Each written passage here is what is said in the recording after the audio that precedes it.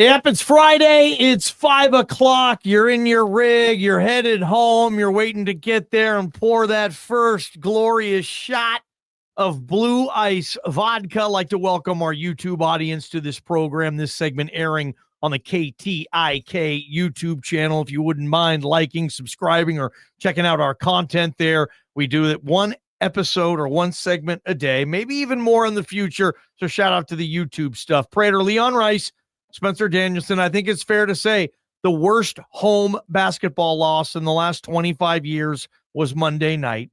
And I think it's fair to say that the worst home football loss in the last 25 years, at least from an expectations standpoint. I know TCU stung deeper, but the expectations there were 50-50. Not the case when Boise State was an 18-point favorite or whatever it was against Fresno and lost. So within a span of hours, two worst losses in these programs in a long, long time. And let's help these guys fix the funk.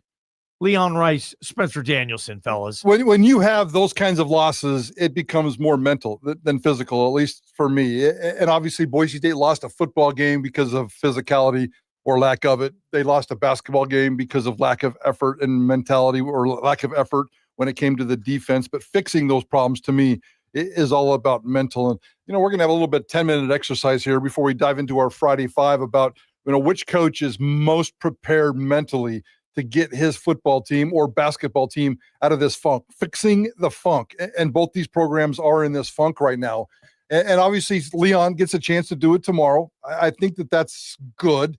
Football has to sit around for 10 days. Some people think that that's good. I happen to think that that's bad. If Boise State was playing football tomorrow, the narrative would be a heck of a lot more different. And I think that they would be jonesing to get back. But they took advantage of the bye week. But what they do mentally, Ballgame, how do they get better mentally over these next, since these two embarrassing losses? Feels like basketball has more meat on this bone, guys, that maybe, of course, we know more about Spencer's football situation than Leon's basketball situation. We have one game and a horrible sample size at that. But that doesn't mean we won't watch Utah Valley. And if it is possible, Utah Valley plays well, maybe even wins tomorrow. And then all of a sudden we're saying, okay, how big of a disaster could this season be for Leon starting 0-2?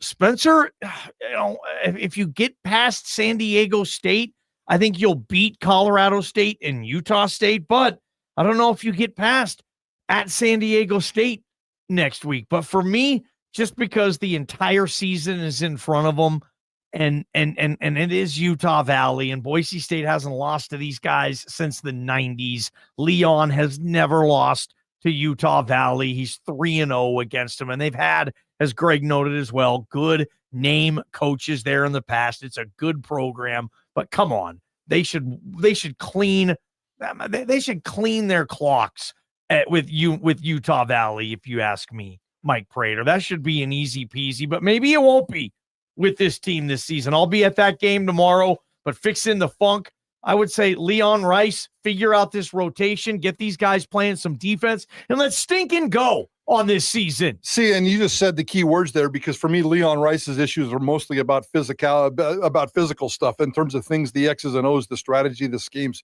When he was in our show, in our studio just the other day, he was talking about making a coaching mistake and mismanaging minutes.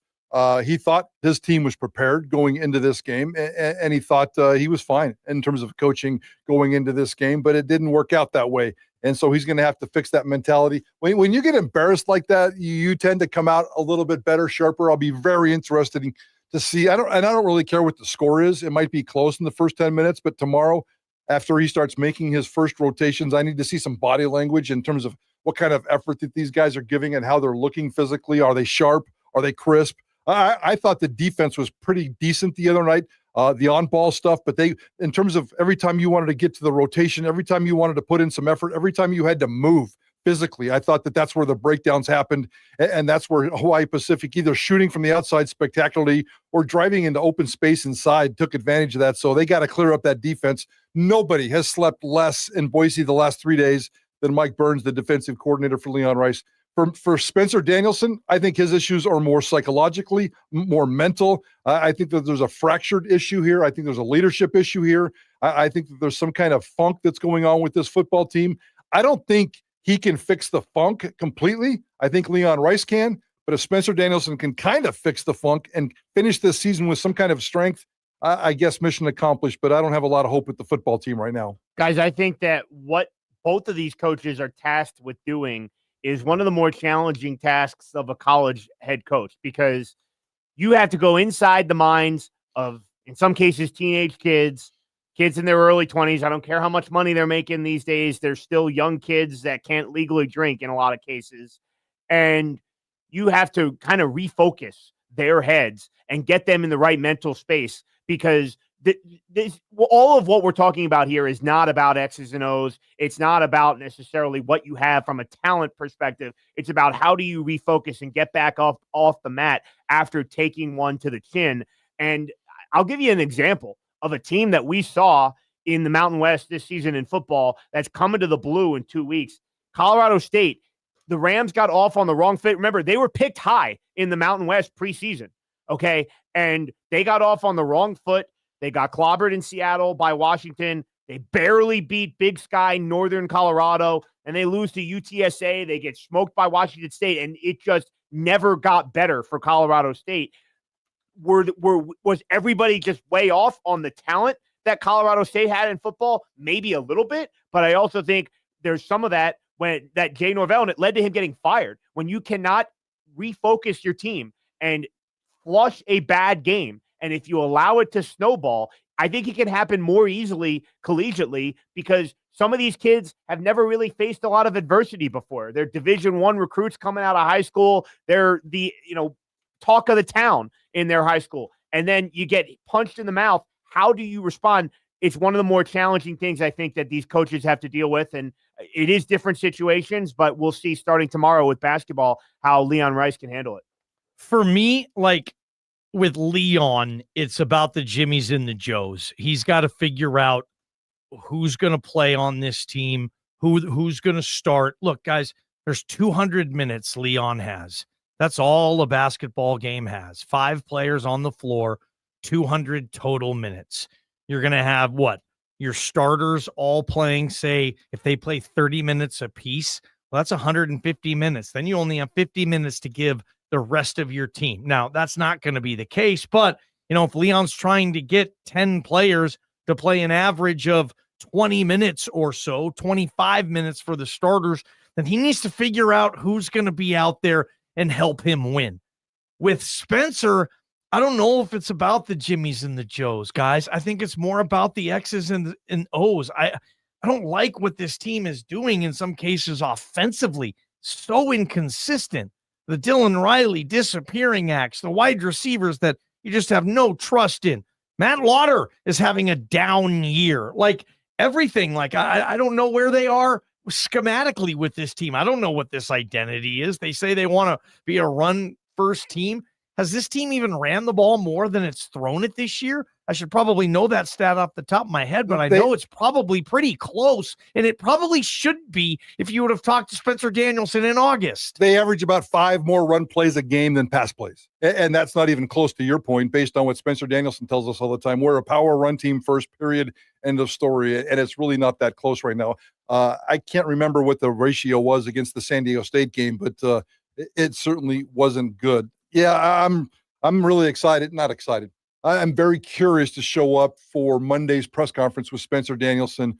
I think one of the first questions that we want to ask is about Chris Marshall. I want to know if he's in the building, because I think that's a big part of the psychological part of this team. If he's gone, then that's gonna leak into other issues for me. If he's back and business as usual, at least they righted one ship physically and mentally with this locker room, with this team. The body language when we saw against the other day was just gross and bad. Players and coaches and players. And it wasn't a whole bunch, but just isolated incidences here and there. So I need to, Spencer's going to say all and do all the right things on Monday. The same things that he always says. He's going to tell us the Chris Marshall news. He'll say all the same things. And then we need to see what they're going to do against San Diego State. I am more curious about a football game and how Boise State football is going to respond than I have been in a long time. Yeah, I think that's well said. And I think that your point about the bye week, too, is interesting because they played a clunker against Fresno State. And we were talking about in our meeting, a lot of guys for the bye week getting away, kind of taking their bye week to kind of do some things with their significant others or go see family or whatever. Now you have to come back and play a very important football game next week to still control your destiny in the Mountain West. Are we sure that the mental headspace is going to be where it needs to be for Boise State football after their college football playoff hopes were crushed last week? And now you get some time away to think about things that aren't football related. Now you're coming back playing a huge game. It's a big task for Spencer Danielson from a mental motivation standpoint. Guys, we're really proud and really honored to have Blue Ice Vodka honor this host this segment, and they're now part of the KTIK family, and we couldn't be more happier. Friday at 5 o'clock, this is when Blue Ice Vodka needs to be a part of your conversation. It's 100% Idaho, 100% Idaho water, 100% potatoes. And even when you're drinking, guys, you care about what you put in your body. It's sugar-free. It's gluten-free. Just try it. Tell a friend. Ask for it when you're out for dinner. Ask for it when you're in the clubs. It's got a great price. I've been doing it at home. I've been digging this stuff. 3 flavors, plain, huckleberry, and double espresso. Bring some home. And no matter where you drink Blue Ice Vodka, drink responsibly and don't drink and drive. Yep, let us know. Text us if you're trying that. Again, it's everywhere. Order it wherever you guys go. Friday 5 becoming one of our best segments of the week. Greg Frank nailing it. Let's have another sesh. Prater on the ball game. KTIK the ticket. From the Beacon Plumbing Traffic Studio, this is Ticket Traffic. Looking for holiday fun in Boise? Catch the Holiday Hoops Classic at Idaho Central Arena. 2 full days of college basketball November 26th.